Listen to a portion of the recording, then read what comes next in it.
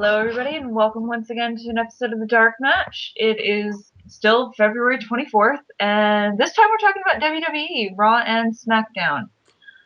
I am Duo's Angel, and I still have only had 3 hours of sleep. I'm Nolly Clover. I'm Nolly Clover, and I'm wondering when she's going to stop complaining about that. When I get more than 3 hours of sleep. Again, I ask, whose fault is that? Did you want me to show up? Do you want me to show up and do my job? Because I can just sleep through this shit if you'd like. I'm going to start no-showing all the time. I'm Mr. War Machine, and pizzazz! It has arrived! I don't know what that's a reference to. It's a reference to my brain, because I just made it up. He's trying to say pizza. At my school, in the pizza line, they call it pizzazz. I don't know why. I don't know why, but... Anyways, Mega, you talk. Right.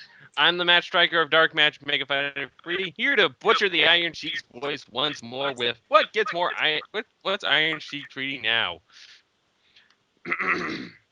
Fuck Mr. Fuji, he cheap piece of shit. He don't share egg roll. That was better. That was better than the first time you did it, but still not good. Oh look, another dog cameo. Hi Sam. Oh wait, that's not Sam. Hi Coco. Hi Coco. See, Coco likes my impression. No, I think she was barking because she was offended by it. At any rate, it is time to talk about the week in WWE programming. And we're going to kick it off by talking about Monday Night Raw. And the show opens up with a look back at the Cena versus Kane feud, including that big, juicy kiss that Eve planted on John Cena there. Duos is about to be very angry, just so you know. Oh, this gonna be good.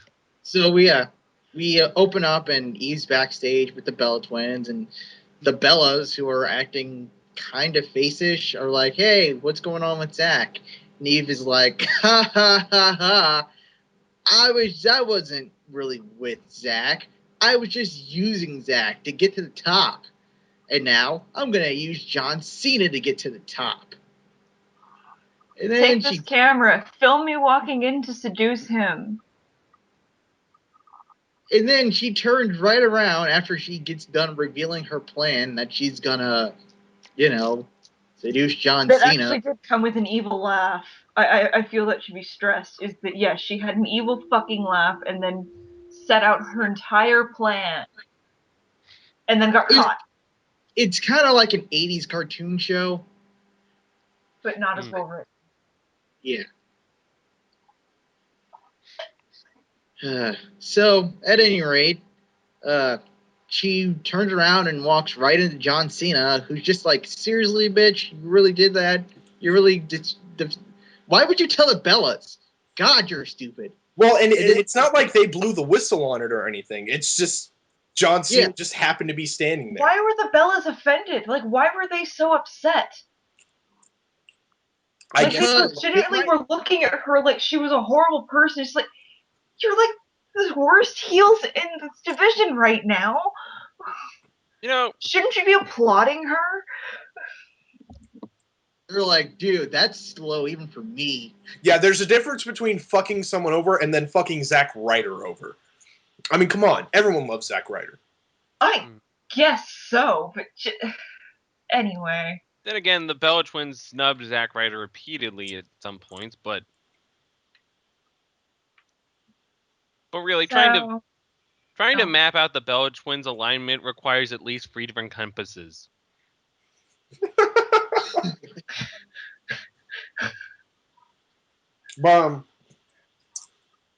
So Cena basically makes a beeline for the ring. After we get the opening package and whatnot. Yeah. And before Cena can talk, Eve comes out, and she's just like, please, let me have a minute to explain. Duos, why don't you take over from here? Because I can feel the rant building up. Duos. Okay. I'm gonna try really hard to actually run through it before I explain what's wrong. She comes down. She's begging to be heard. She's getting booed, of course, because she just openly admitted to playing everyone, the internet, everybody's wrestling darling for a fool. She's getting booed. She's begging everyone. Begging. Let me make this clear. She is not shouting. She's not getting angry. She is begging for a chance to talk to John. She gets to the ring. She starts talking.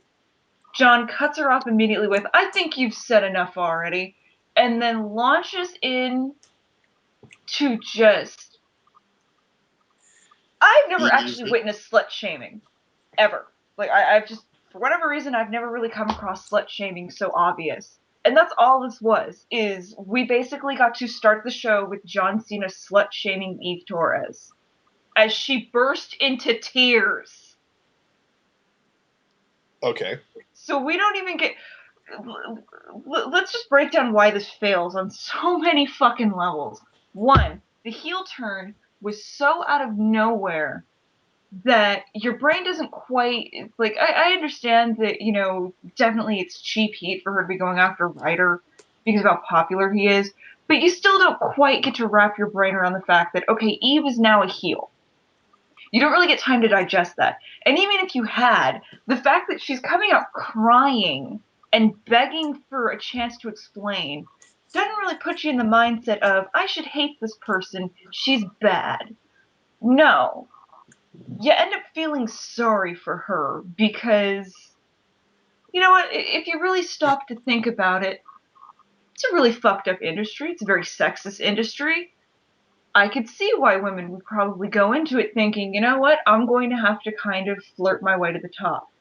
And that would be where the other problem is. She never slept with anybody. She didn't sleep with Zach. She didn't sleep with John. None of that.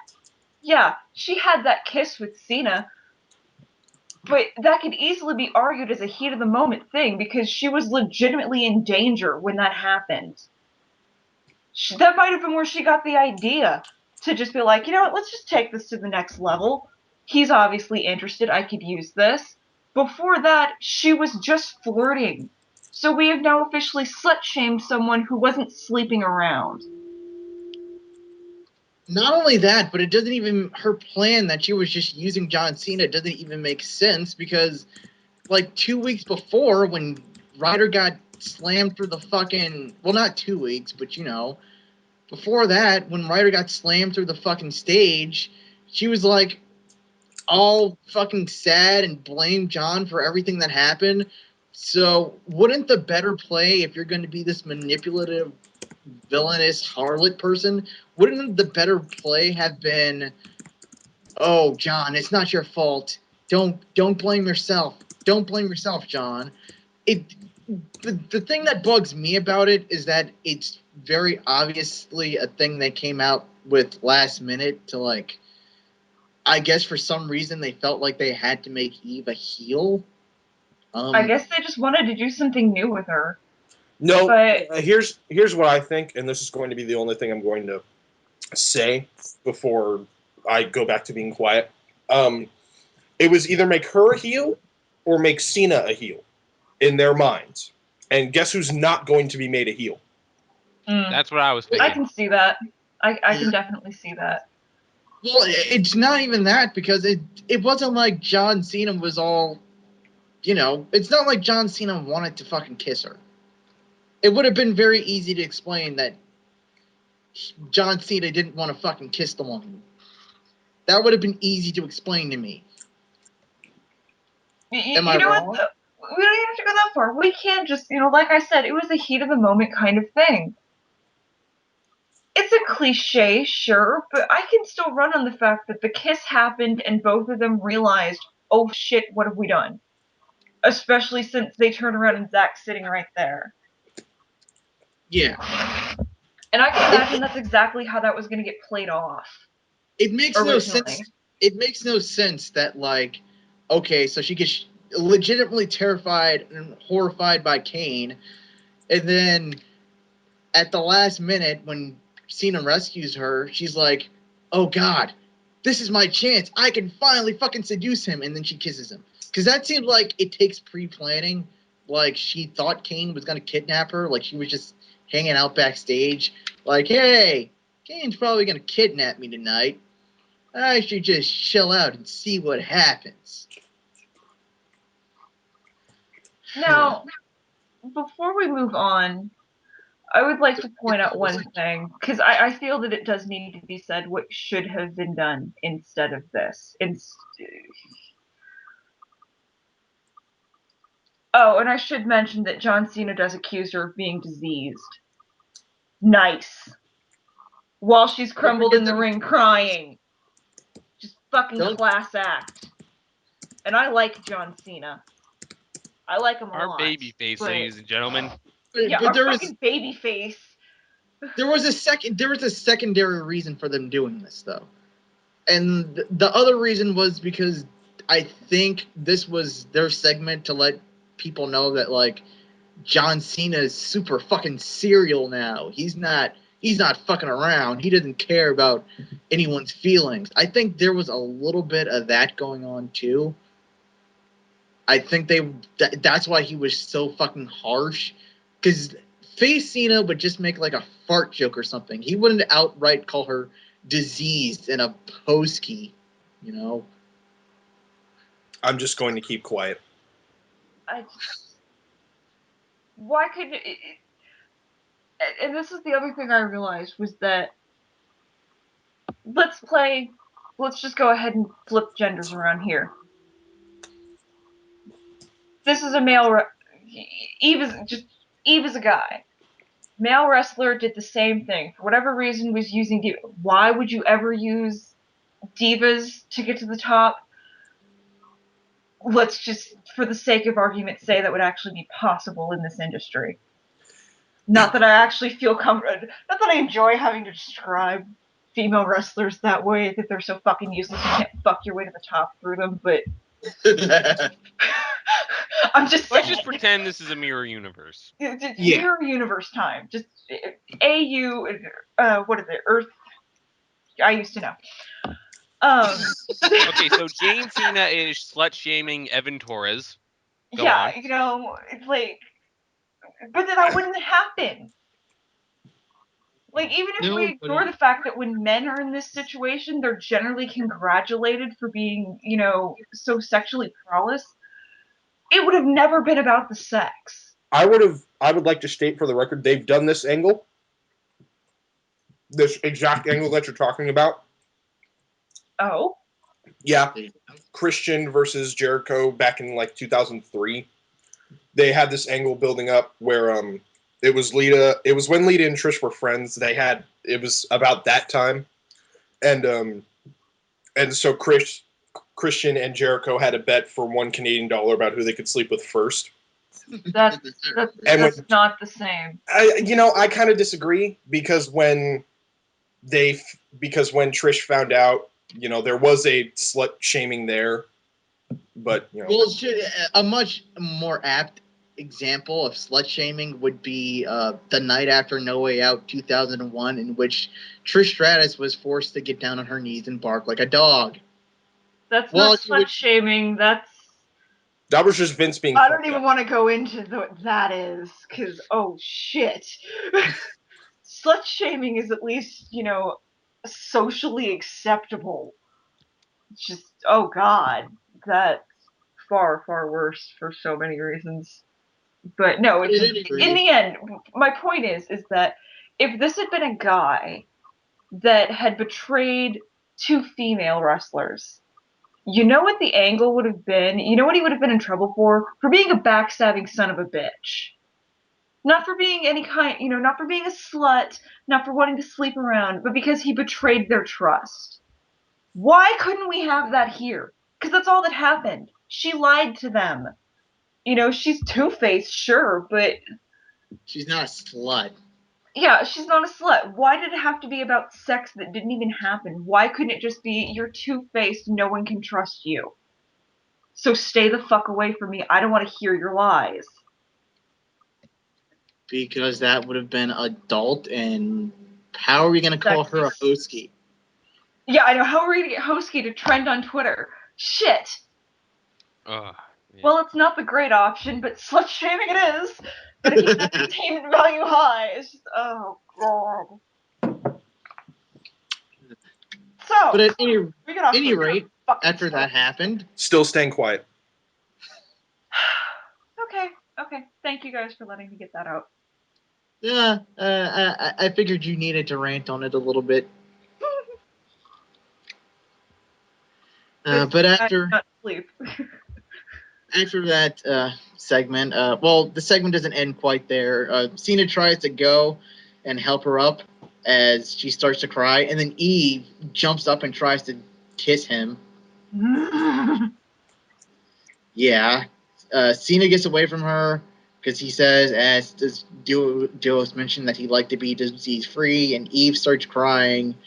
And weirdly enough, people start coming, like, officials come down in the ring to, like, are you okay? We know you're she's in fucking hysterics. Yeah, like she's in the middle of the ring bawling her eyes out. Yeah, they went to make sure she was okay. Although, of course, even pissed off as I was, my immediate thought, God damn, we can get officials down real quick for her crying. But a brawl? Shit.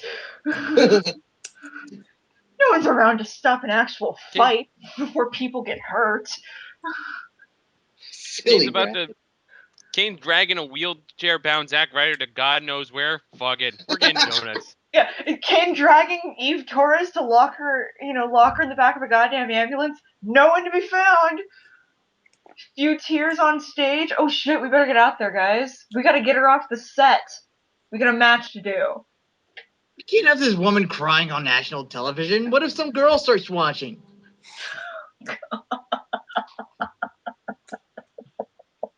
So it's true. Thank you. I needed that. So Undertaker segment, playing another vignette. Yeah. You can, if you listen closely, and I did rewatch this again before the show, you can hear the strings of the song they play later, sort of in the background, but it's kind of drowned out. But after that, Sheamus versus Mark Henry, and no one gives a fuck. Good lord, it's like you have two photo negatives in the ring. Oh, God.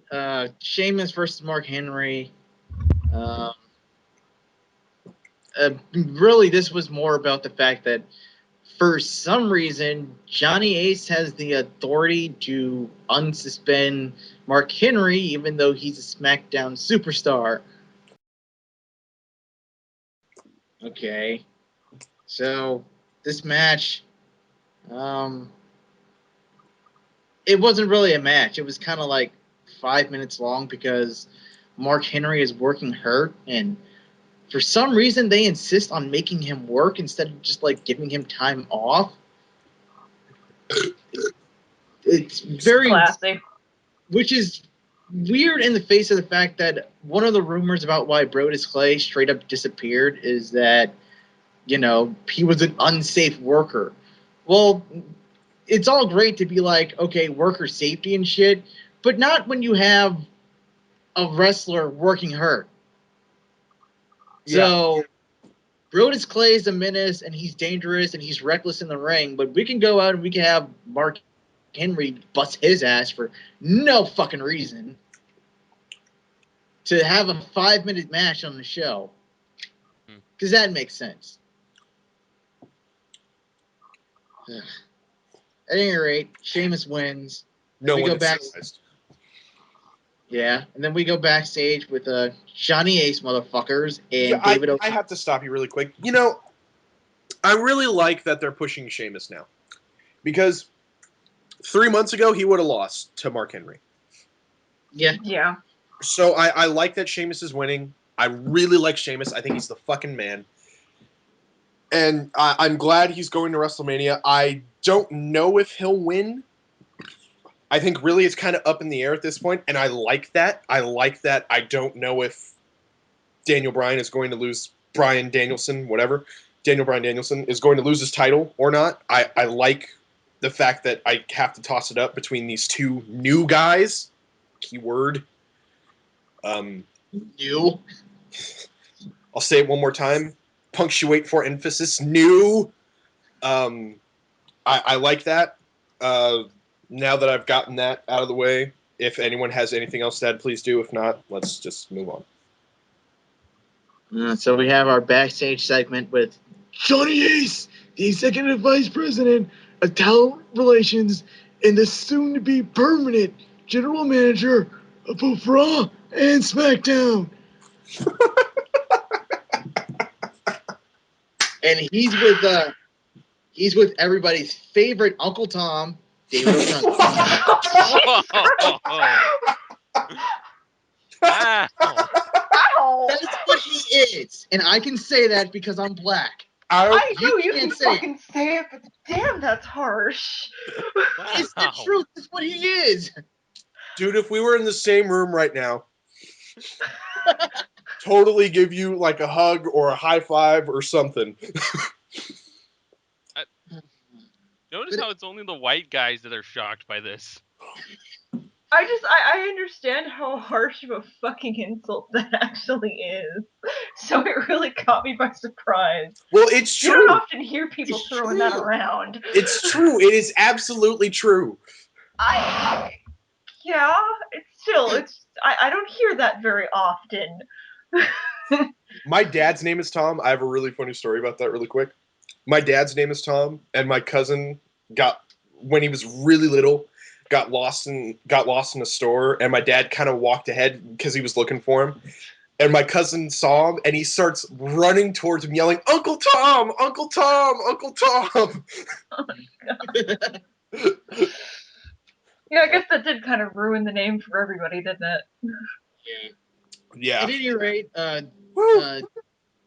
Teddy Long walks in. Teddy Long, who is a proud, strong black man and not an Uncle Tom.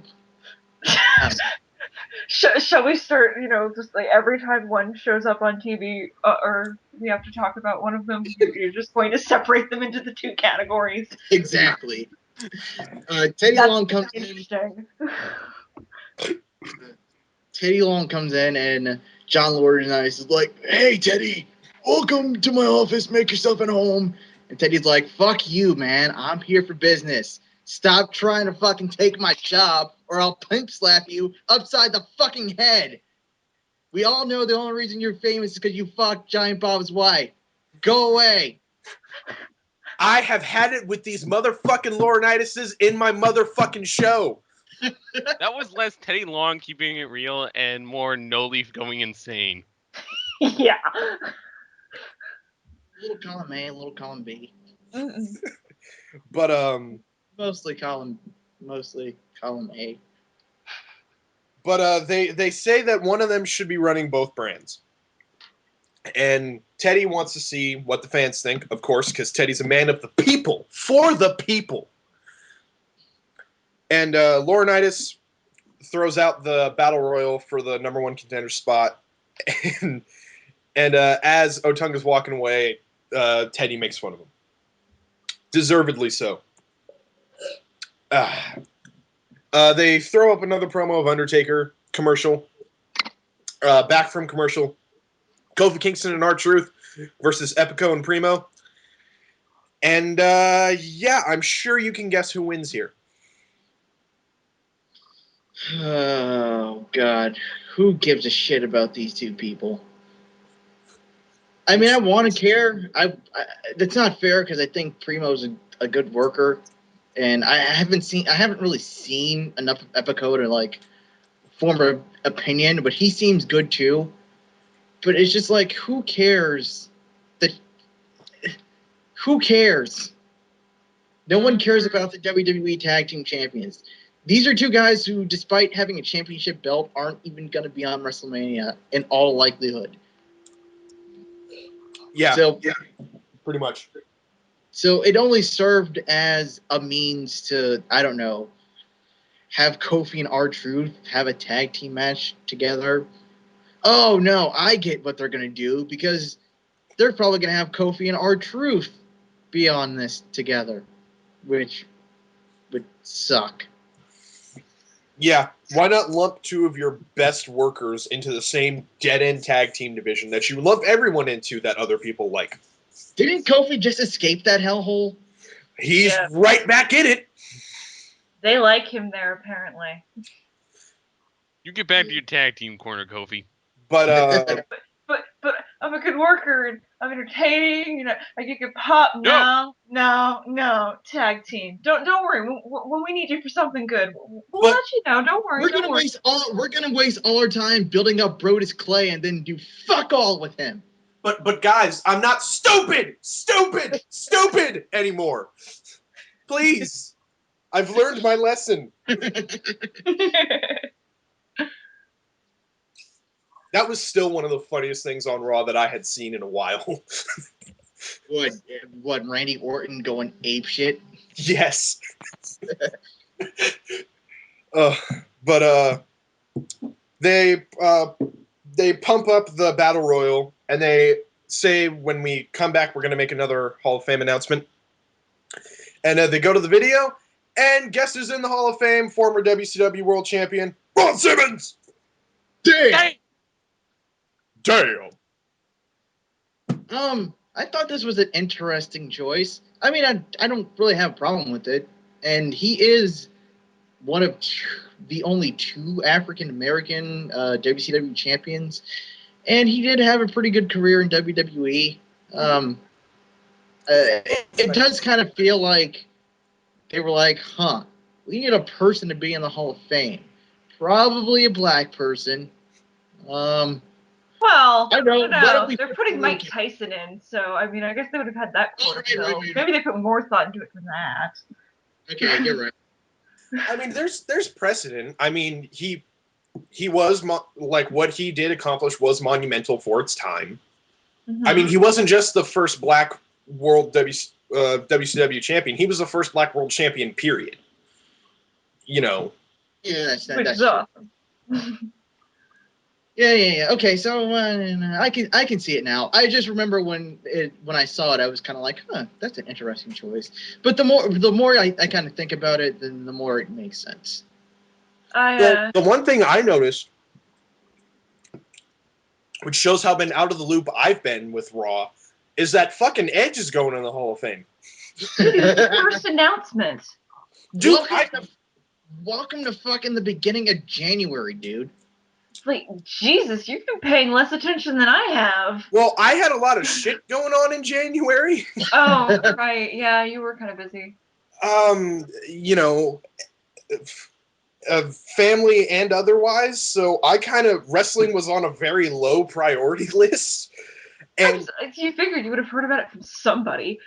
Well, I mean, I'm happy that my boyhood idol is going into the Hall of Fame. You know, I'm glad, happy for him, but I don't understand why they couldn't have waited until next year. I don't either, but I'm not going to complain now. Because didn't they say that WrestleMania was going to be in the Sky Dome? That is true. Wait, no. Next year's WrestleMania, it's in the New Meadowlands. Oh, okay then. Well, I guess. I mean, New Meadowlands would have been a little closer to Canada, but you know. I would like to just say one thing on here. One, I actually didn't recognize Ron Simmons at first because, again, I kind of started watching wrestling at an early age and then just stopped for a long period.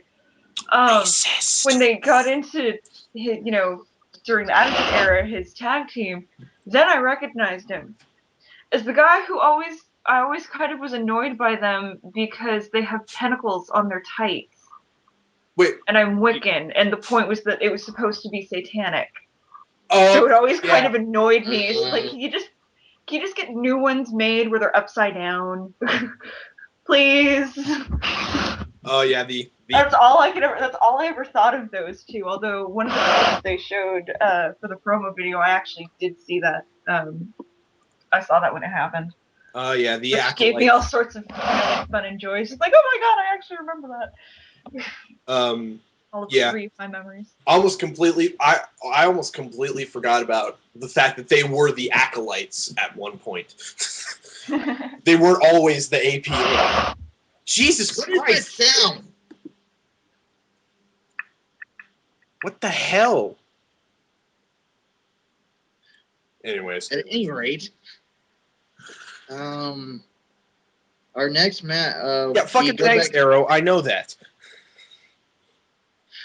Anyways, we go backstage with and Josh Matthews is backstage with Chris Jericho, and Jericho basically is pitching a bitch fit because he wasn't eliminated in last night's Elimination Chamber.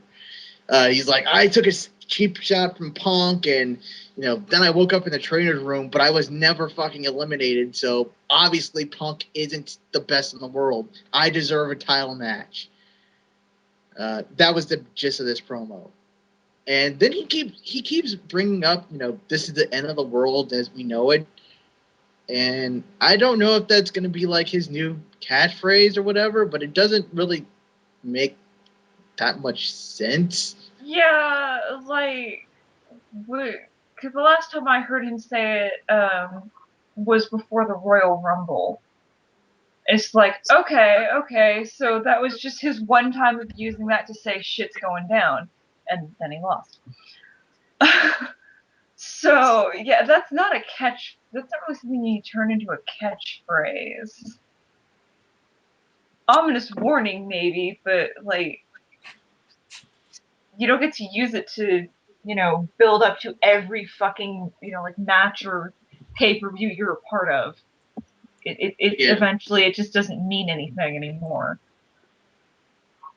So, like, if you say the word glue enough times, it doesn't even sound like a real word. Yeah. Yes. Glue. Don't. Shut your poor mouth. We will kick you from this call.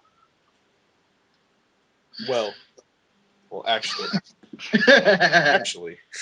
Don't give him ideas, duos. God damn it. Shut up, Scooby. Anyways, our next match is David Otunga versus Ezekiel Jackson. Oh God, this fucking match. This was just like, wow. These people. I forgot all about Ezekiel Jackson. I forgot he even existed. Again, I said this for the TNA show, that if you don't use people for long enough, your fans might forget they work there. Admittedly, this one might be on me, but has he done anything since feuding with the Core? Wasn't he Intercontinental Champion for a little while? Yeah, okay, after that. He grew hair. Yeah, he covered the back of his fucking head, thankfully. Yeah, that's pretty much all that happened. Yeah. Not sure how important that is. So I saw this match going, it's like, oh, right, Ezekiel Jackson. Didn't I have no interest in him whatsoever back when he was relevant? Indeed, I didn't. And I don't like David Otunga. I don't really care for David Otunga either. Joy. I'm just going to sit here and check Twitter. Yeah, this was pretty much. But yeah, this match pissed me off for multiple reasons. One, I don't like seeing David Otunga win. Yeah, that kind of shocked the hell out of me. Two, I had to look at David Otunga's boobs, which I'm pretty sure are bigger than Eve's at this point. I mean, Jesus Christ. To put him away, dude. Like, I don't need to see that shit. I mean, fuck. But yeah, I don't like seeing David Otunga win, and guess what? David Otunga fucking won. Is that your main problem with it, that he won? Well, that and Zeke had pretty much the dominating force in this match, and David Otunga moves once, and then suddenly Zeke's like, oh, I suddenly lose all momentum and power in this match. And then Otunga's like, oh yeah, finisher. Huh. And then Otunga wins. It's just like, what the fuck? No. Yeah. What the hell just happened?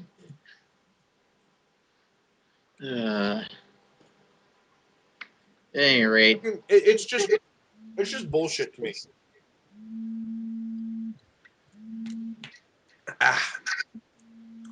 But so after that fucking travesty, I call David Otunga winning a travesty. I call it a travesty. God damn it! I hate that guy. I never liked him. Never liked him. He's a I jerk. hated him before everyone else hated him. I hated him when he was on I Love New York. Oh my god. He was on that? Yes. You didn't know that? No, I I don't watch completely that forgot shit. about that. His name was Punk. Shut up, Arrow. Get the fuck out of here. Cutting that. But it flashes back to last week, and it's Shawn Michaels and Triple H's confrontation in the ring. And I think I said this, I might have said this on the last show I was on, I'm not sure. But I'm noticing a disturbing trend, a trend that I don't really like. And it seems that every year they bring back Shawn Michaels simply to have him collide with Triple H, like they're building up to something, but then nothing happens. Yeah. I mean, it's just, I don't like that. Please, if you're going to bring Shawn back, have him do something relatively important. Yeah. I mean, other than just be, you know, the go-between between Triple H and The Undertaker, you know. He's just so good at making the plot move forward. Well, yeah, he's good at making the plot move forward, but I would, if you're going to bring Shawn back, at least have him super kick someone. I don't care. Like, we did get that last time, didn't we? He just super kicked a random guy. Oh, he super kicked Del Rio. By the way, where is that guy? I Came don't back know, but I groin miss him. injury. He came back on the pay-per-view. Did I he miss Del Rio. did he get hurt or something? He had Yeah. a groin injury. Oh. Ouch. Ouch. They cut to break back. Out comes the Undertaker. They are trying as best they can to keep the fact that he's bald, or at least a redhead, a secret. I mean, dear Lord. I mean, you can totally see from the angle he at least has shorter hair now. If anything. I mean, anyways. I don't know. I like the jacket. I mean, I did like the jacket, but, you know. Great jacket. They're keeping that shit locked tight until the match where they reveal, you know, that Taker doesn't have hair, which, whatever. But anyways. That's going to be weird. That's going to be weird. Shit, it's going to be Kane all over again. Taker says he's basically been having flashbacks to the fight with Triple H since he got carried away on the cart.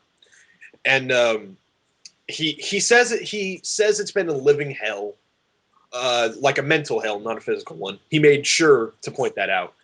Yeah. And that's the reason why he's challenging Triple H, is because he can no longer bear the what ifs and the whys and the hows of the question. And he says he didn't expect Triple H to come down, or to turn down the challenge. And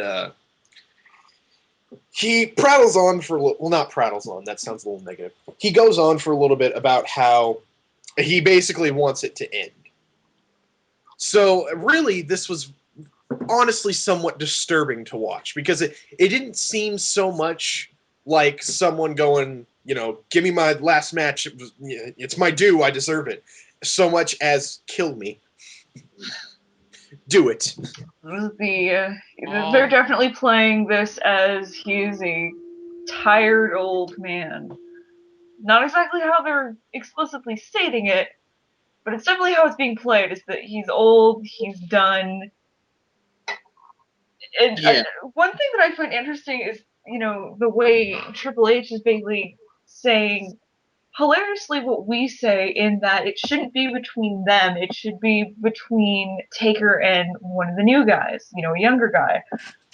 Yeah.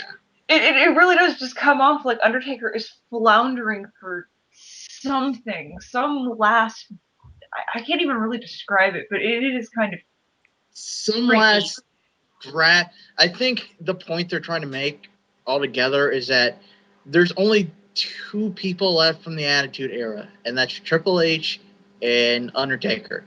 I don't think Undertaker, storyline wise, feels like anyone's gonna give him a halfway decent challenge but Triple H anymore. He could face one of the young guys, but how many young guys has he fucking ran through? The two guys that gave him his biggest, best challenge have been Shawn Michaels and Triple H, who pretty much almost killed him dead. And that's kind of, and they're not the last of the Attitude Era. Mark Henry's still there, but I get why they're ignoring him. Would you bring up Mark Henry? Actually, no. Arrow's kind of running down the list, and Mark Henry, Big Show, Kane, Christian. Well, yeah, but come on. Do you think they're going to give the win? Do you think they're going to give the streak breaker to Christian or Kane? He has a good point. The fucking angle is kind of. Okay, whatever. I mean, I think that it should go to a young guy. But I mean, whatever. It's a lot of people might want to throw around the Triple H politicking. I don't think so. I don't think it's that either. I would definitely like to see a good feud between Taker and a young guy, but considering that Taker only comes back to issue a WrestleMania challenge, do the match, and then he has to go, recover for a year, honestly, it's no wonder they have to keep using Triple H because they've got history built up already. Yeah, I think that he just wants someone who will take care of him. Like, won't jack him up in the ring, And then I replay last year's match in my head. Well, you know what I mean. I know. But I think that I do honestly think that if Triple H does end it, which I kind of doubt, but at this point I'm not really sure. I wouldn't be. It was probably Taker who wanted him to walk away with the win for whatever reason. I don't know why. I mean, other than the reasons I've already stated, but like I said, I don't know those as fact.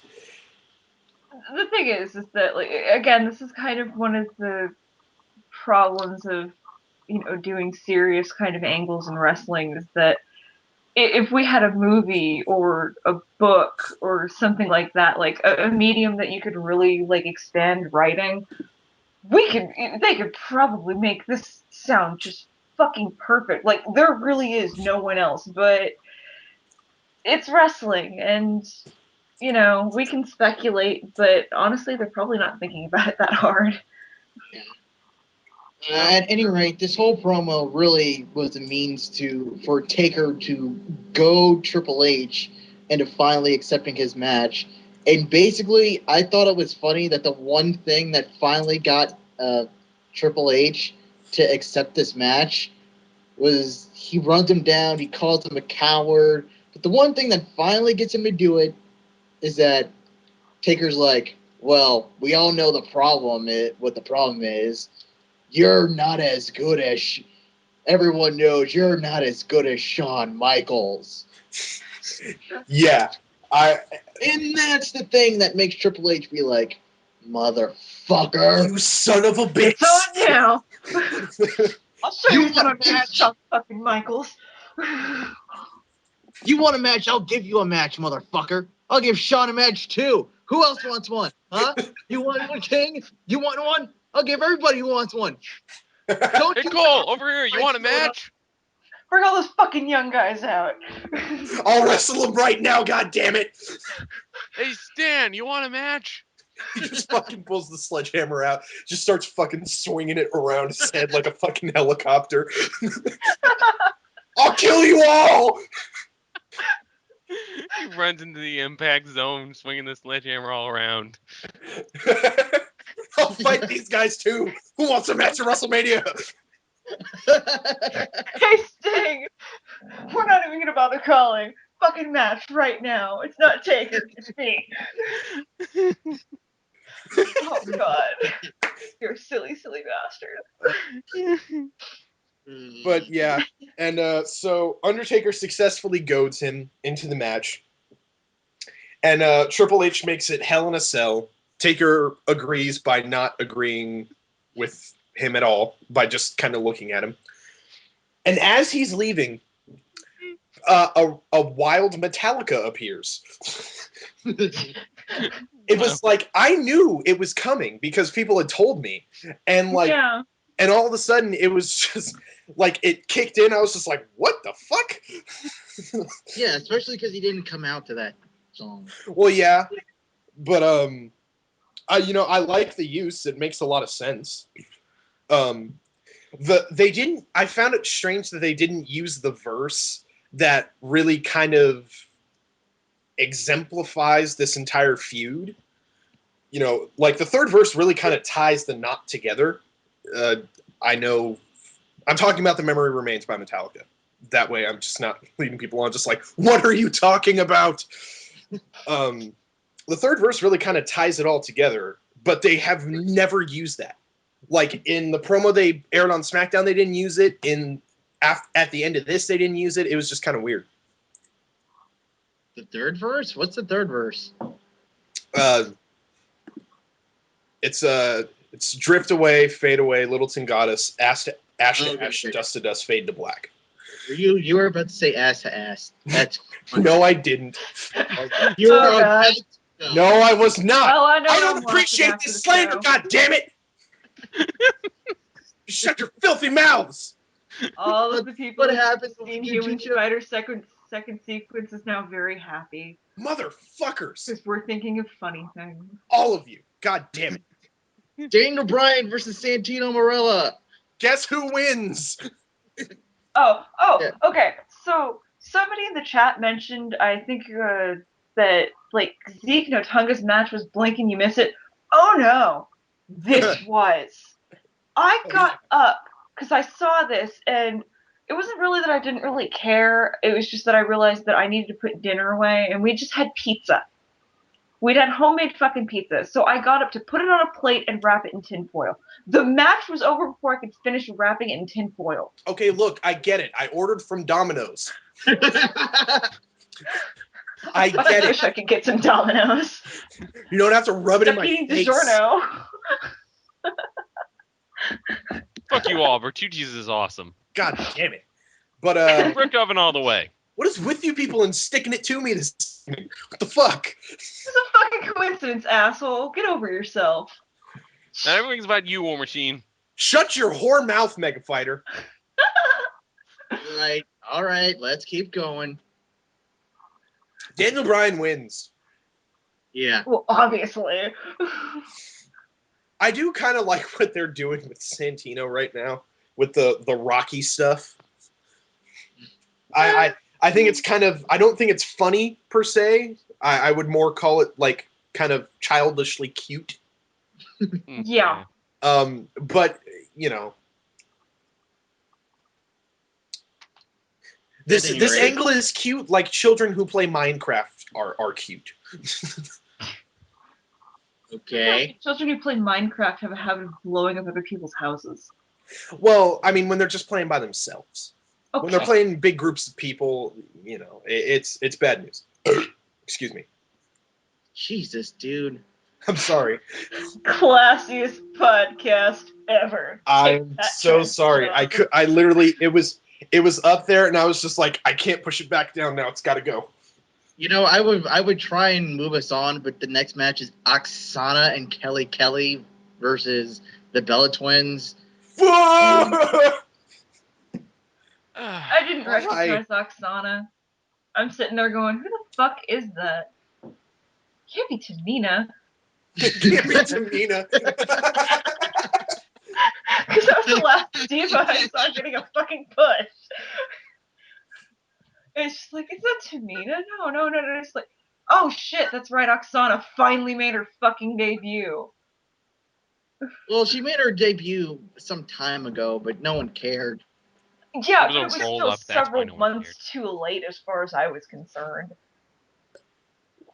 Like, they took so long, I was honestly convinced that I had been mistaken and she wasn't a new diva. That's how long her debut took, because I was just like, shit, I guess she's not a wrestler after all. Oh well. Just some eye candy for the office. It's kind of like the Maurice promos back in like 2007 when she would just come on and be like, "Hello, I am Maurice, and I love Friday Night SmackDown." I can't do a good French accent. Leave me alone. Apparently not. Shut your mouth. Anyway, Bella's win after Oksana gets pinned. Way to push the wrestling debut of Oksana. no, she debuted as a wrestler sometime, like a couple weeks ago. Yeah, no, I did not mean to imply that tonight was her debut. Oh. If it had been, I probably would have known who the fuck it was, because they would have said her name. But, so the Bellas win. Still to come. Battle Royal. And then they say, oh, Cena's coming out to address WWE Universe about The Rock. You know what? Because this promo is right up next. I really did like this promo. Oh, yeah, I love this actually promo. made me forgive Cena for the diseased comment. It's just like, you know what? This is really good, and I'm really enjoying this. And this is the kind of Cena promo I really like. Yeah, I like this promo. I like this promo a lot. I'm going to say this. I was really disappointed that he didn't rap.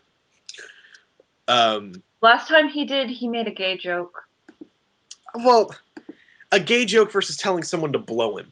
I mean, you know, there's that. No, that's what it was. That's not a. That's a gay joke.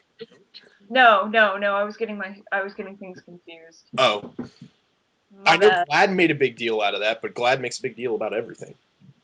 They do. But yeah, I really like this promo, and it's what I like to see from Cena. Like he can be intimidating, he can be serious, and he can still be funny at the same time. Mm-hmm. You know, like it requires him going like to a little more adult of a place for his humor, sure, but this promo was not PG. I think the thing that made the promo good was the fact that you knew he was telling the truth. Yeah, that it wasn't like some bullshit that the people in the back wrote for him. Apparently, a lot of the guys in the backstage area really liked the promo. And we're not going to go into what he said because we can't do it justice. Yeah. But they really liked what he said because it's true. And he was like, I'm probably going to get fined for this, but the only reason that he came back was to promote Fast Five and his fucking Twitter account. And he was real, and he was organic, and he was intense, and he was actually himself. I think that's the biggest problem I have most of the time, is that Cena doesn't appear to always act like himself. He acts like Vince wants him to act, which is understandable because Vince writes the checks and shit, but he never seems like a real person. In this promo, he actually seemed like a real human being, which was good. Mm-hmm. I would agree with that wholeheartedly. And I do, you know, I have my issues with The Rock now. I've always kind of had my issues with The Rock, but with this most recent turn of events of his sporadicness, it's kind of led me to have a few more. That.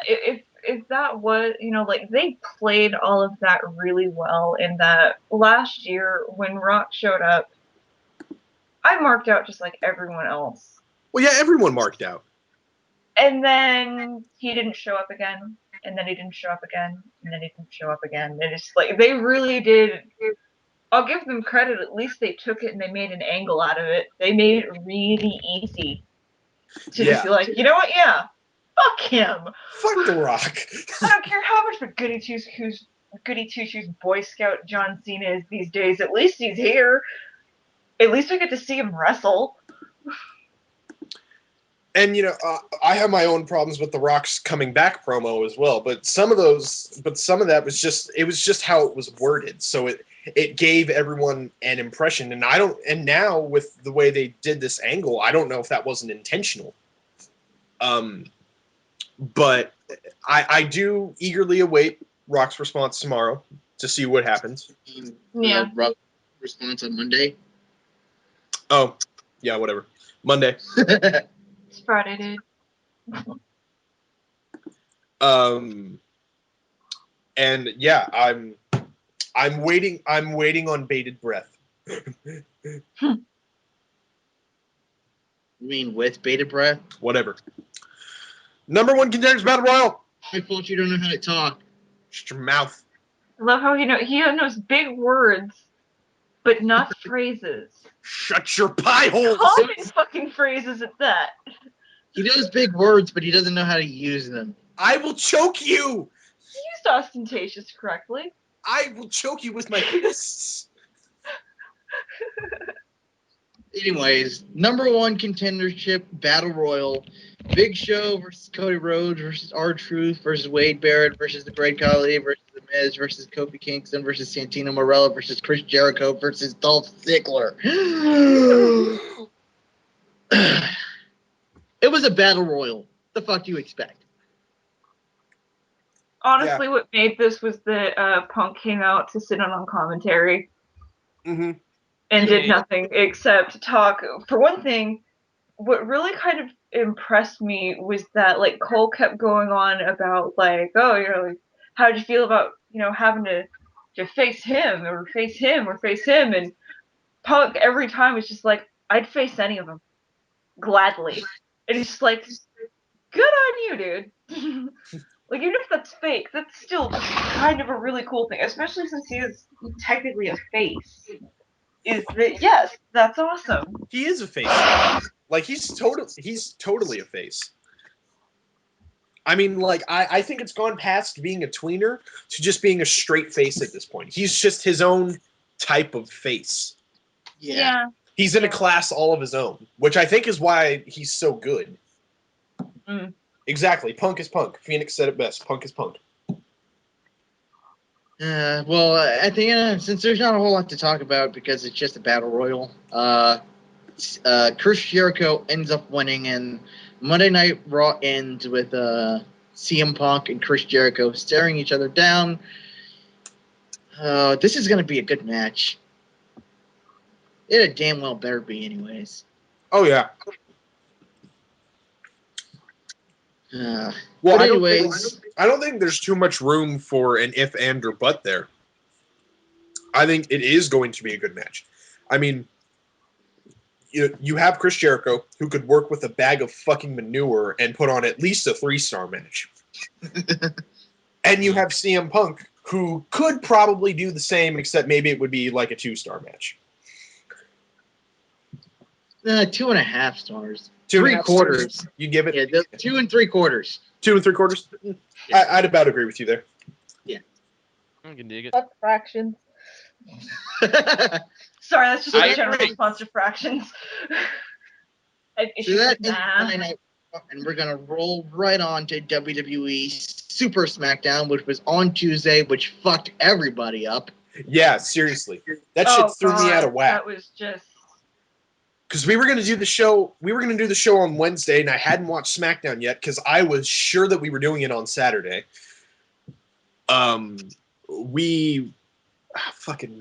We were gonna do it yesterday, and we just didn't. I don't know how to. What? Oh yeah, we kind of skipped something important. We did. We did. Yes, the Battle Royal. No, we didn't skip it. I said there was. We talked about it briefly, albeit, but we talked Barrett about it. Getting injured. Oh shit! Dude, you know what? He got the worst of it, but Jesus Christ, poor Big Show. The timing of this is kind of interesting considering the whole AJ angle with him hurting her. Everyone that Big Show tossed out of the ring, just it fucking down. Yeah, it was kind Wade of Barrett had they were speculating a broken arm on air. Oh, I don't know fuck. what it actually ended up Oh. being. Thank But you. You just he's- reminded me. But like it was getting so bad, like I think it was like when Kofi gets tossed out, he was immediately fucking down because he landed wrong on the steps, and like Cody Rhodes like glances out of the ring, and they caught this, and he's just like breaking character legitimately, just like Jesus Christ, are they all okay? Yeah, fucking Ziggler smacked his jaw on the announcer's table. Yeah, forgot about it. Yeah, but I do think Wade got the worst of it somehow. But it's just it was a fucking nightmare there at the end. It's just like Jesus Christ, quit tossing people. What the fuck? Let's clear out some bodies before Big we Show, add to the pile. Jesus. Well, wasn't he just he Jesus, tossed Dolph just Ziggler? let's get it. He tossed Dolph Ziggler, and basically that fucked up everybody's shit. Yeah. Because that's when shit started getting crazy. Wade dislocated his elbow. So, okay. Ow! Yeah, fucking ow. But That sucks. Dislocating anything, period, sucks. But dislocating your elbow? Jesus fucking Christ. yeah, some joints just should never have to deal with injury. Wade, I hope to see you back soon. Yeah. Jesus. Come Get back. better, Like, dude. I know he's not exactly the most popular on DarkMatch, but Jesus. I like Wade I Barrett. liked him. I'd like Wade Barrett enough. I mean, I've got nothing against him personally. I think he'd be I think used he's much boring, better. but I don't like hate him. Yeah.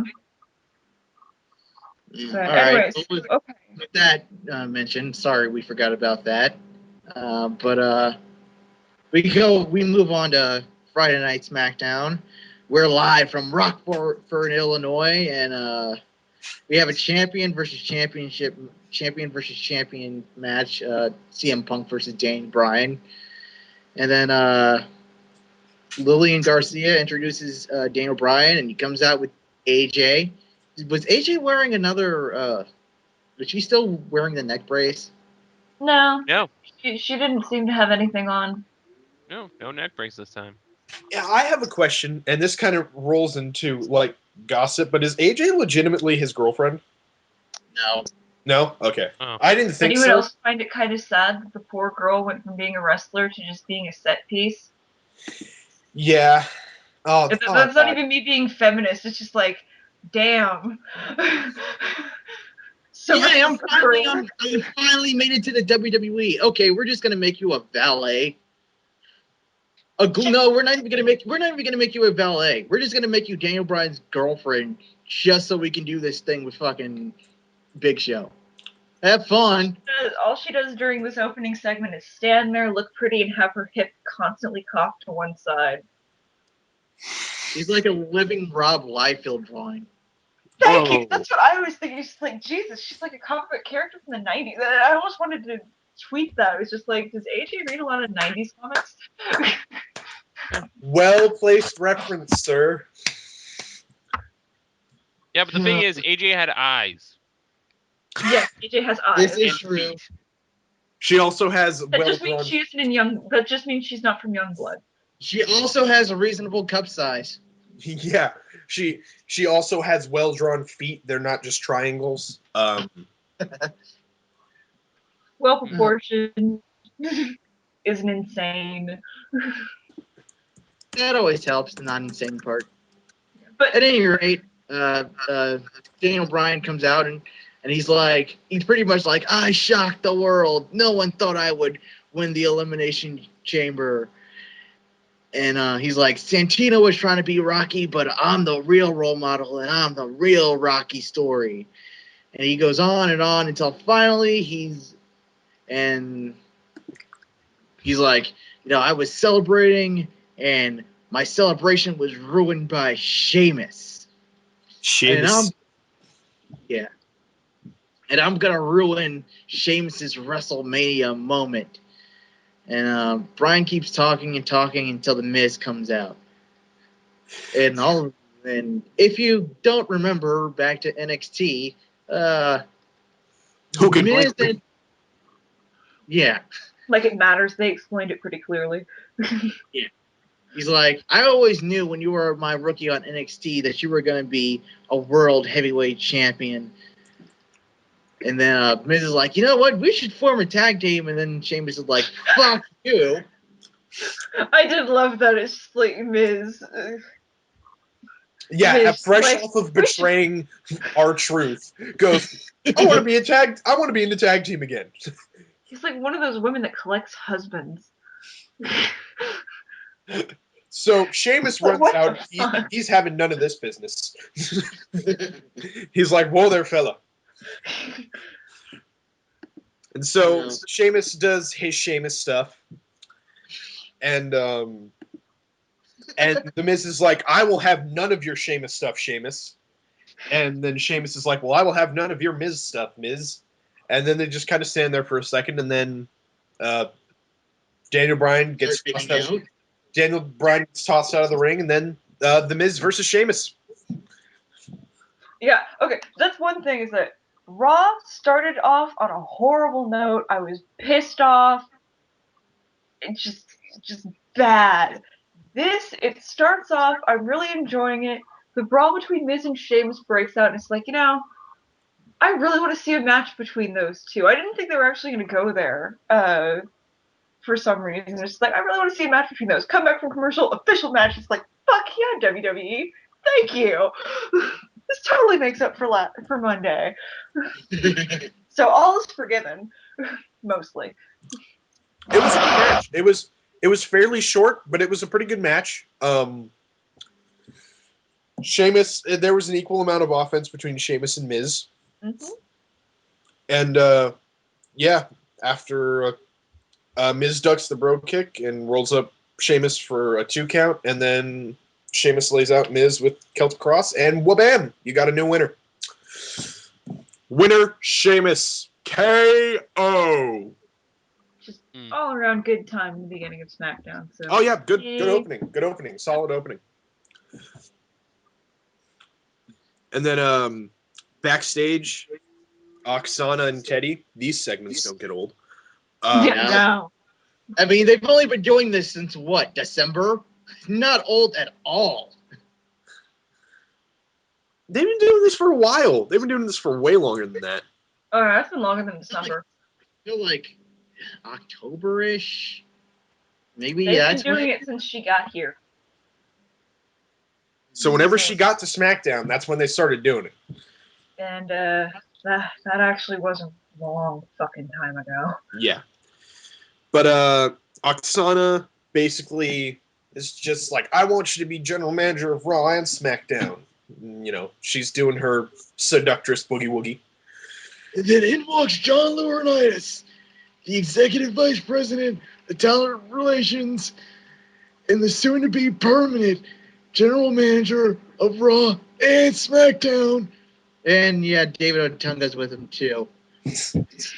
Laurinaitis is like, Teddy, you're unprofessional. How dare you make out with this hot Russian chick? I mean, sure, I hired her, even though I knew she had no talent. But that's not the point. Lithuanian. Oh, is she? Yeah. That's what everyone keeps saying. Okay. Well, my point about her not being talented and about Johnny Ace. Johnny Ace is kind of being hypocritical because he was kind of the one who hired her, right? Yeah, pretty much. Did he hire her and not expect her, like, to not be hot? Well, based on every other hire, no. So, You expected it. So Laurinaitis and Teddy and Otunga have a little bit of a mudslinging match, and then Laurinaitis asks where their office is, and Teddy says he set him up, and their office even has a bathroom, and Otunga goes, "Oh, your office should be fine." And the look on Teddy's face was like, "Bitch, you just trying to take my office?" This motherfucker right here. And he That about a bitch. And he looks at me and said, "Oh no, you'll be able to find your office just fine. It has mail. It has mails written on the front." Men. I was like, "Oh shit!" It just Who didn't see that coming a mile fucking away? As soon as it has its own bathrooms, it's the man's room. Oh well, I knew it was coming, but Classic and still cute, didn't, Teddy. you know, Classic and cute. I knew it was coming, but still, I was just like, oh shit, just got real. Now, if only now, didn't lead to motherfuckers. another David Otunga Ezekiel Jackson match. Oh and that motherfucker won again. God damn it! But we'll get to that. Bullshit. Fucking horseshit. Fucking Kofi Kingston, R-Truth versus Ziggler Swagger. Again, not bad. Enjoyed this too. Yeah, enjoyed this match. I mean, I wasn't too interested, but Yeah. you know, I enjoyed it for what it was. The more and more I see Ziggler, the more and more I'm pissed that they wasted the World Heavyweight Championship on him like they did. I think that with the proper build-up, they could have made him look like a legitimate contender than just some ass face who got the title awarded from his girlfriend/wife. Are they married? No. No? Technically, right now, they're only business partners. Technically. Yeah, they're not even really like doing the wink wink nudge nudge thing with it anymore. They're just bored. It's just like, yeah, she's just his manager. We don't care anymore. But yeah, it was a good match. Kofi, the ending of the match, Kofi dumps Swagger to the floor. Vicky gets toppled over. No surprise there. Kofi gets thumbed right in the eyeball, in the iris, the most delicious part of the eye. And then Ziggler hits his finisher for the win. Dolph Ziggler, Jack Swagger win. Most delicious Blue? part of the eye. Have you had a lot of eyeballs or something? Wait, you know what? Don't answer that fucking question. You know what? I honestly think I understand what the fuck he was referencing. I do too, but Well, I Anyway. don't, and I don't care to know. So they hyped after that. It was a good match. I enjoyed it. Was there a commercial break in between matches? In between? During the match? I don't think so. You mean like during the match? Yeah, I don't think so. I don't think so either. I don't remember No, there being. I don't remember it. Yeah, because I was about to say it was short, so I didn't get the feeling that there was a commercial break. After that, more hype for Big Show versus Mark Henry, which, by the way, way to hype it up with showing Big Show knock out Mark Henry in one punch. I mean, mission fucking accomplished, guys. I so totally care about this match now. And we come back from commercial. Santino Marella is backstage wearing his Cobra glove, knocking over plastic cups. Then Derpface himself, Heath Slater, comes in and derps all over the fucking scene. Yeah, he dorps the ball here, big time. He was very much the Wally West of this scene. Derp, derp, derp, derp, derp, derp. I fucking suck. Herp-a-derp. Let me just dorp these cups right here. Let me just knock them all off the table. Yep, definitely dorped it. derp, derp. I need a Frosty. Derp, derp. And Santino's just all like, oh yeah? Spitting Cobra hand. And he's just like, oh, my eyes, even though it's clearly water. Yeah, for somehow the Cobra now spits. Which is That's illegal. That's an illegal move. That's not legal. At any rate, after that, this was something that kind of bugged me. If you didn't know, following I think Chris Brown's Grammy win, CM Punk kind of tweeted something about it, and Chris Brown responded to it because though Chris Brown is above all his haters, he is not above responding to all of his haters because he is happy in life and secure and calm, and he doesn't care what anyone says, which is why he keeps fucking responding to them because he's so secure that he acts like he's insecure.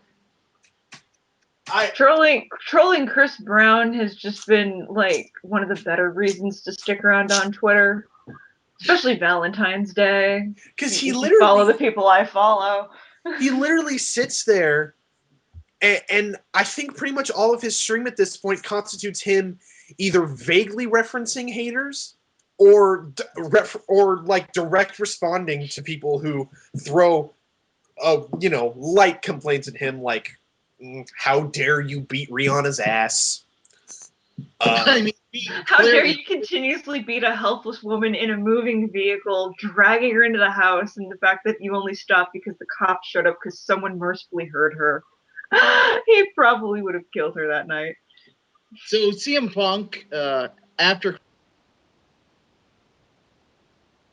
basically filmed the video saying, look, I don't have a publicist, I don't have a team telling me what I can tweet or what I have to delete. No, I'm just a wrestler, but I'm pretty sure I could beat your ass. So I want you to feel as helpless as Rihanna probably felt. So anytime, any place, come fight me, and we'll donate the money to a women's charity. And I thought that was a really kick-ass thing to do, because generally speaking, celebrities have been woefully fucking quiet about the whole thing.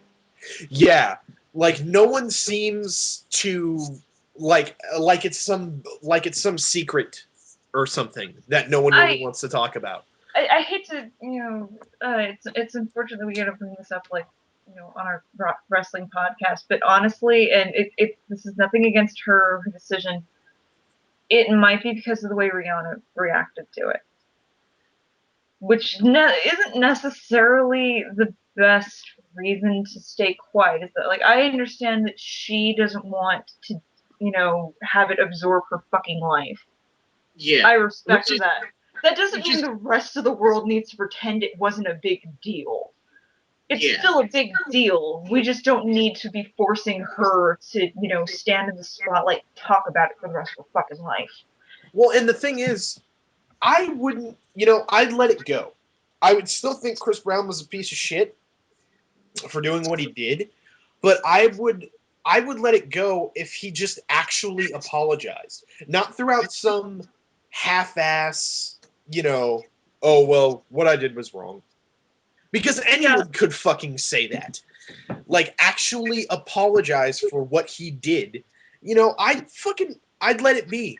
Yeah, I could never forgive him, but if he showed even once, just one fucking thing, if I ever heard one thing that legitimately showed that he understands that what he did was wrong, that it was a horrible thing, and that he needs to fucking redeem himself, because that's what it comes off as. He doesn't seem to realize that what he did was wrong. Yeah. That it was illegal, but not that it was really wrong. The fact that he has so many people around him enabling him too, which is the unfortunate part of Hollywood, is just you surround yourself with people that are never going to tell you when you're fucking wrong. But let's move on from that. The problem I have with this segment is that I appreciate what Punk did, because I felt like it came from a genuine place. I didn't really like that the WWE decided to use it as a moment to get publicity. Yeah, that rubs me so the wrong way. Like, yeah, I think that bothers me too, because it feels like they're taking a legitimate act of sincerity and just going, oh, we can spin this into something. Like, not necessarily an angle, because I think that even WWE knows that, that'd be pretty distasteful. Yeah, like, they're not going to turn it into an angle, but they're definitely willing to use it to maybe, just cause a bit of a stir, just something. It's just, but, they should have just stayed out of it. I think that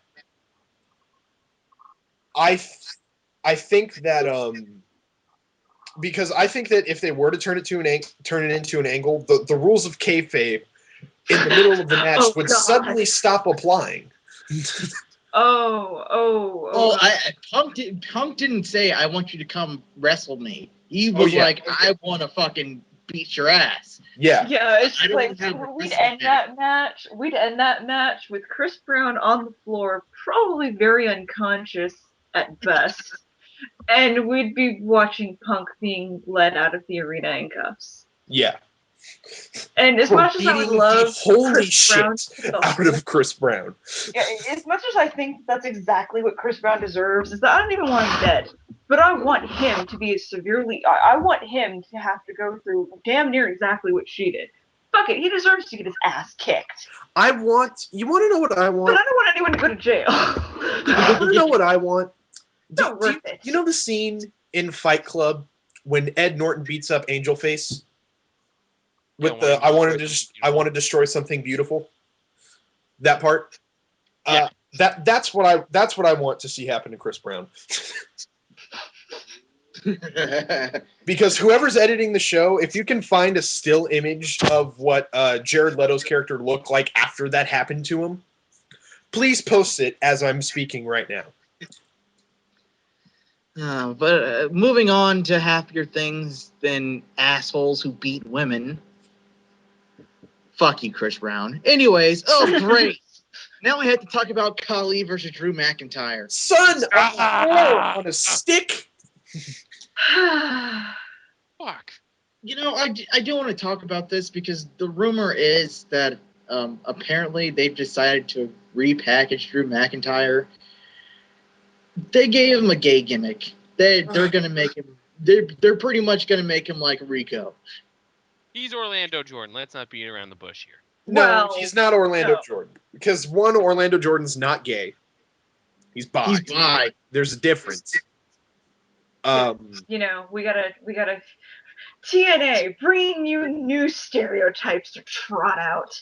Bisexuals or whores. No, not even whores. Bisexuals are rapists.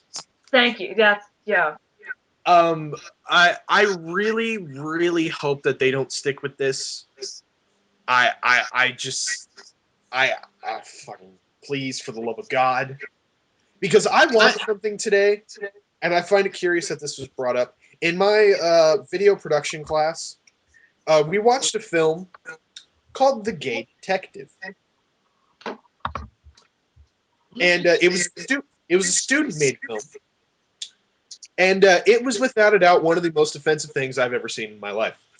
Offensive to my intelligence, offensive to everyone's intelligence on the planet Earth, simultaneously, as it was happening. If you suddenly felt yourself get stupider today, Jesus Christ. If you suddenly felt yourself get stupider today, yeah, the Gay Detective's why. So that's why I got really stupid. Damn, I thought it was the sleep dep. I thought I just saw Megan post something. Hey, Well, that could. I'm still in this call, asshole. I love you, Mega Fighter. I don't. Anyways. But yeah, and you know, I really don't need to see any other gay anything, gay gimmicks, gay representations in TV unless they're positive. Honestly, if this happens, like if this becomes official and I have to actually sit there and fucking watch it on like Raw or SmackDown, we can dissect it there. Yeah. Yeah. As it is just an idea. It's a really terrible idea. It's something that happened at a house show, but depending on how it was received, you know, it's subject to change, basically. Hey, how about you assholes quit taking all the material for Four Corners and get back to the fucking show? Shut your mouth! Down! Deep breaths. Anywho. Okay, hang on. Some people need to leave because call is starting to drop in quality. Sounds fine to me. I've heard it get laggy. Yeah. So some people should probably take off. Just for, you know, the next 15 minutes or so. We're almost done. Right. Sorry, guys. Hey, don't worry about it. What were we talking about? Well, we were McIntyre talking got about squashed. Khali versus we were talking McIntyre. about Drew McIntyre. So Okay, brain Yeah, job, Chami plunge there. Match over. Yeah. yeah, it was a squash match. Khali wins. Who cares? Yeah. I don't even think I watched this. I know what happened. It's just like, fuck it. Who gives a shit about Khali? I'm so fucking annoyed that they brought him back. I know, right? I mean, it's God. Who gives a shit about Khali? No one likes the fucking great Khali. No one.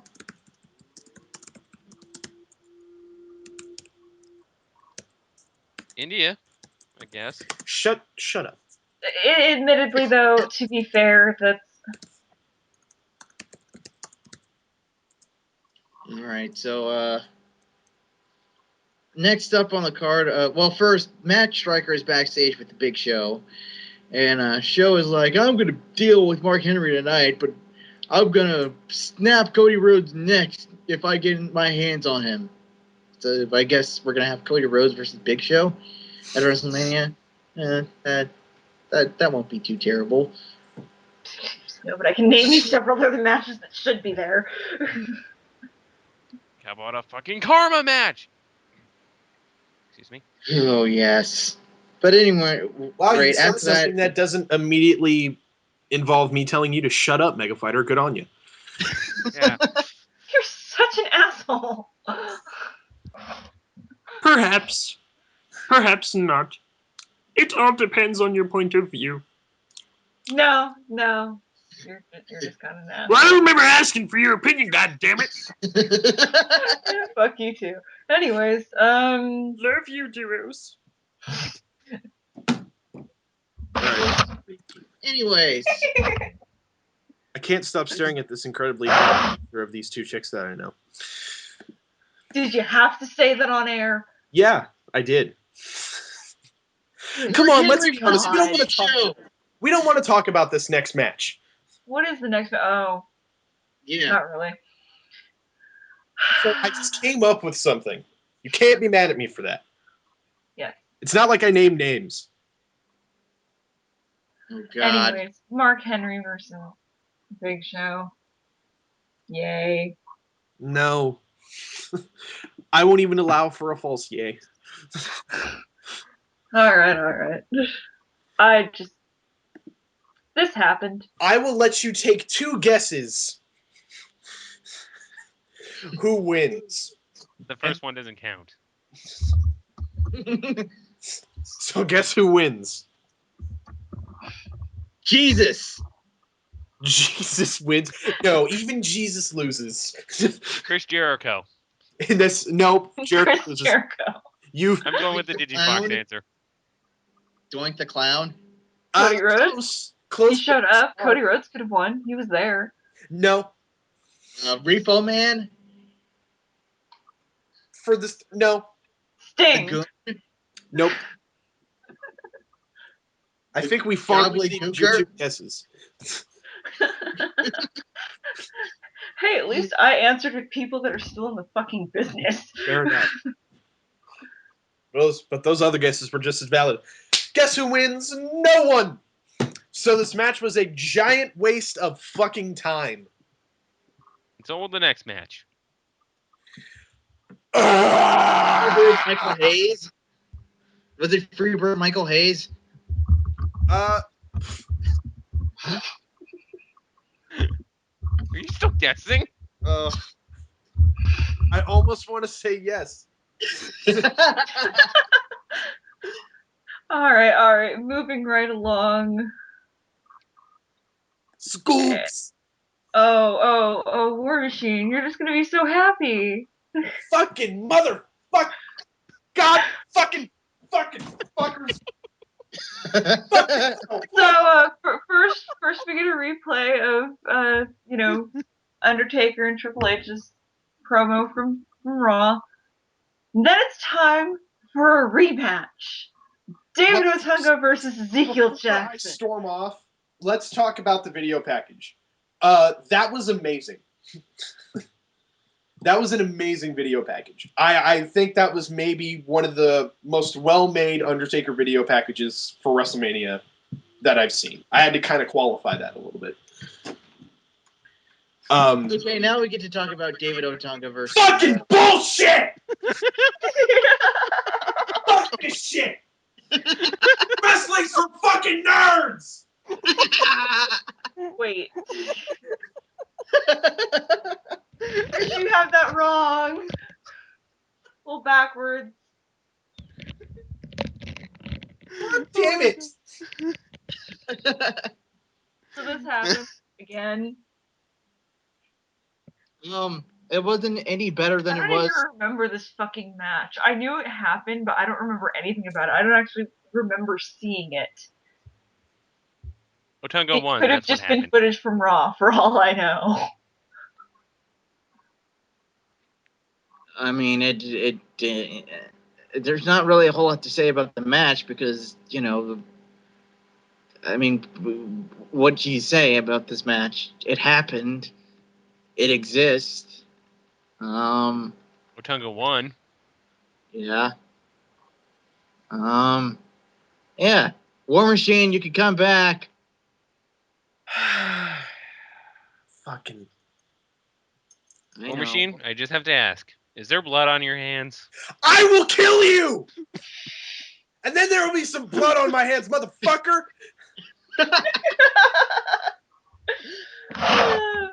Well, that answers my question. Wow. So, anyways, yeah. Back from the commercial break again. It seems like the show had a lot of fucking commercial breaks. I guess because it was live, and they don't do live SmackDowns a whole lot. But we come back from commercial, and we see WWE Champion CM Punk. And Punk says he fully supports Teddy Long as general manager of Raw. And, general manager of both shows, rather. And that he's going to talk about Chris Jericho on Monday. He's like, I'm going to, right now, I think that being world champion has gone to Daniel Bryan's head. And Punk says, I'm going to teach Daniel Bryan how to lose tonight. And then we go right back to fucking commercial. God damn. Can we cut it with the fucking commercials, guys?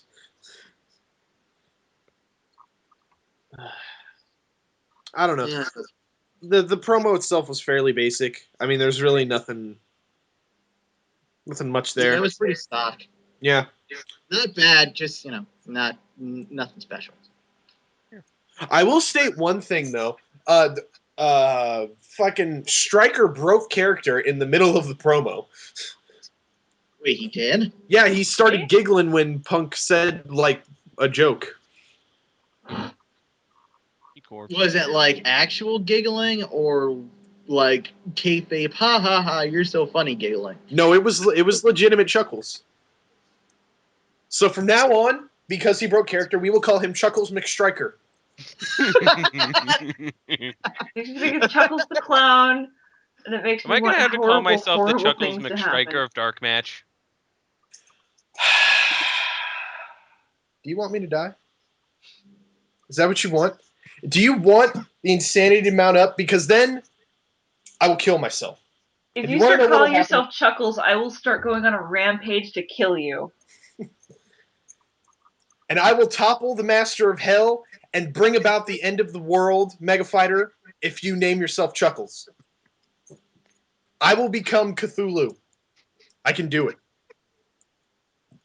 How are you gonna become Cthulhu? No shit. How the fuck? How? I will. I'll inhale Cthulhu like fucking Kirby. What? I'll do it. I'll do it. Goddammit. I've had fucking a full bottle of cherry Coke and 3 cups of coffee. I'm fucking wired. Where are you gonna find Cthulhu? I'll fight him. Fight him at 20,000 leagues below the sea. Where in the sea?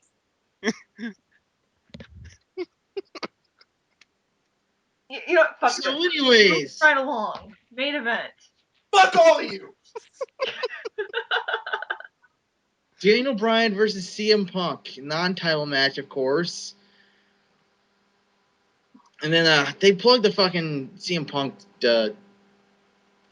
Chris Brown thing one more time because, you know, we can't have to be serious. You got to make it hang. Fucking. I just don't understand why they want to capitalize on this so hard. I mean, you know, I know that WWE knows no bounds, but I mean, really, WWE? I mean, this is what you want to capitalize on, one of your top performers legitimately telling a internationally famous superstar, another internationally famous superstar, that he will beat the fuck out of him if he sees him in person. And that's what you want to capitalize on. Like, you haven't actually seen the video or the tweets. They just know that Punk is like anti-beating women. It's just like, you know, most people are anti-beating women. We're in the right here. We look good in this, don't we? Roll. We look okay in this until we bring up the fact that Stone Cold beat his wife. We're good And Mike here. Tyson. We want to be promoting anti, you know, like woman abuse. What are the details? Oh, he said he was gonna whoop his ass. Can we pull that? It was all live. Shit. But Daniel Bryan versus CM Punk. It's one of those matches that had the potential to be good, but it was kind of filled with shenanigans. Yeah, like I didn't like how they gimped CM Punk's arm. I really didn't. I don't know why, because normally I don't mind stuff like that, but for whatever reason it just bugged the fuck out of me here, and maybe it's because it happened so early in the match. Well, I wasn't thinking about that more than I was just thinking about the booking in general. Oh yeah, it was definitely overbooked. Oh yeah, it was overbooked. Shit. Yeah, first they have their match and it's going along fine, and then Sheamus comes out and distracts Daniel Bryan. And no, that's not what happened. What happened? Daniel Bryan rolls out of the ring, and he's like, "No, give me my title." And CM Punk's like, "Well, where do you think you're going?" And then Sheamus runs out. He's like, fella," throws it back in the ring, and then CM Punk catches him with a boot. 1, 2, 3. Then laryngitis comes out, and he is just like, "Nuh-uh, match will start." I will not allow this injustice to continue. We are going to restart the match. Match restarts. Then shenanigans happens with Bryan. He rolls up Punk and holds the ropes. And then Teddy Long comes out. He's like, player, not having this. And then they restart the match. And then the match ends in a draw. And it ends with Teddy Long and Laurinaitis arguing over whose guy won. And it ends with Laurinaitis Teddy keeps poking Laurinaitis, like, you know, telling him that obviously Teddy's rooting for the face CM Punk and Laurinaitis is rooting for the heel Daniel Bryan. And so Teddy keeps poking Laryngitis, and Laryngitis takes his jacket off. And then at first I was like, "Oh shit, there's going to be a fight." This is going to be hysterical. And Teddy Long takes off his jacket and throws it at Laryngitis, and then Laryngitis catches it and throws it back, and like Teddy's arms start flailing, and I'm just like, "Oh shit, ladies and gentlemen, welcome to Friday Night Sissy Fights." And I said that in a house where empty by myself. I shouted that shit. My neighbors probably heard me. well, as long as someone did. Because I was just sitting there. We weren't in the call. I was just finishing up the show, and I was by myself. I didn't give a fuck. I don't give a fuck. That's sad. But so it ends with Teddy walking away in a huff. No winner is declared, and then the show ends. It's just like, well, that was bullshit. Yeah. That was a fucking waste of a main event. A main event that could have been awesome. Yeah, it was kind of a. I mean, it was the makeup of the match itself was pretty decent, but the constant stopping and starting kind of made it worse than what it actually might have been. Yeah. But altogether, for the week in WWE, both shows were more or less solid. It's funny how these shows always start to get better around WrestleMania time. Yeah. They'll suck all the way through fucking November and December, and then all of a sudden they're like, WrestleMania's coming. We got to get our shit together. But we got tickets to sell. But for the most part, it's all coming together, and WrestleMania's on its way, and that's a good thing. Yeah, all in all, the shows this week weren't that bad. No, like a few annoyances and one rage-inducing opening, but I think it balanced out well enough. And I'm sorry to cut you off.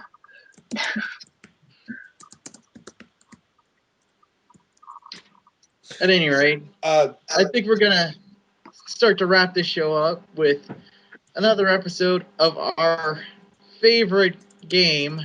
I'm getting tired now. What gets more screen time? Fucking self. What gets more screen time than? Well, I suppose I could do the obvious for me. Hang on. What gets more screen time than who? John Morrison. John Morrison. Yeah, that didn't come through on this end. Oh. All right, start over.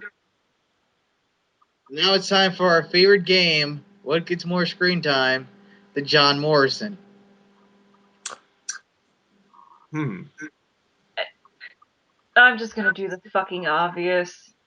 Needless slut shaming gets more screen time than John Morrison, which is a shame because I fucking love John Morrison.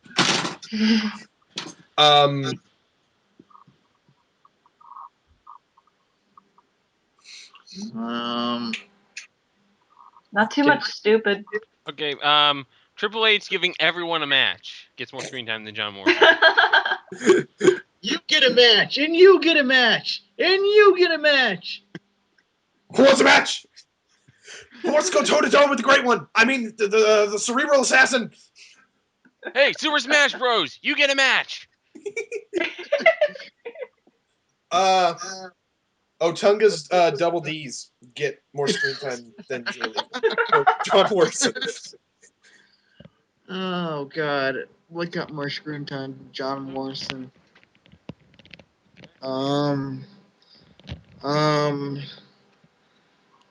Uncle Tom's got more screen time than John Morrison. Fuck you! Hey, fuck you! Oh shit, that's right. Tiefus, no. Bad Tiefus, no biscuit. Sorry, Tiefus. That is offensive to my people, and I'm taking that name back. I haven't. Are you even a fucking uncle yet? Oh God. I just said I have a nephew. Oh, well, sorry. I was laughing too hard. Oh, fuck. And on that bombshell, we just would like to remind people to subscribe to us on Blip and on YouTube, like us on Facebook, follow us on Twitter, and be sure to watch our videos on treproductions.wordpress.com. You can also see all of our individual Twitter handles below. And no, we won't be talking about War Machine's gamer tag this time because no one gives a shit. Oh, I just want friends. Why are you actively trying to handicap me, No Leaf? Yeah. I am No Leaf Clover. I'm Duo's angel. Can I go to sleep? Can I sleep now? No. Yes, Duos, you can sleep. Yay! So tired. I'm Mr. War Machine, and if David Otunga wins again, I can't be held responsible for what happens. Keep that in mind, WWE. Keep that in mind. I'll put it to you this way: Mega Fighter's gonna die. I'm Mega Fighter Free, and Triple H is giving us a match. Shut your mouth! Shut your mouth!